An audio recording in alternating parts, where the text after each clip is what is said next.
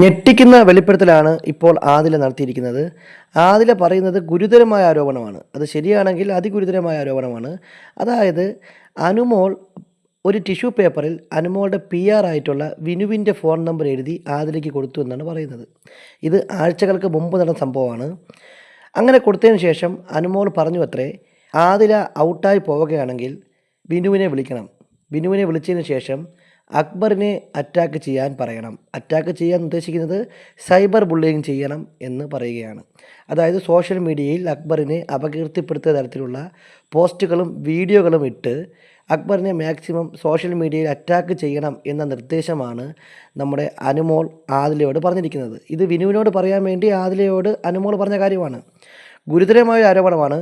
അത് കൂടാതെ ആദില മറ്റൊരു കാര്യം കൂടി പറയുന്നുണ്ട്. അനുമോൾ നമ്മുടെ ആര്യനെ ഞരമ്പൻ എന്ന് വിളിച്ചിട്ടുണ്ട്. ഒരു കാർ ടാസ്കിൽ, നമ്മുടെ മറ്റേ ടിക്കറ്റ് ടു ഫിനാലെയുമായി ബന്ധപ്പെട്ട കാർ ടാസ്കിൽ അനുമോൾ ആര്യനെ ഞരമ്പൻ എന്ന് കൂടി വിളിച്ചിരിക്കുന്നു എന്നുള്ള ഞെട്ടിക്കുന്ന ആരോപണവും വെളിപ്പെടുത്തലുമാണ് ആദില നടത്തിയിരിക്കുന്നത്.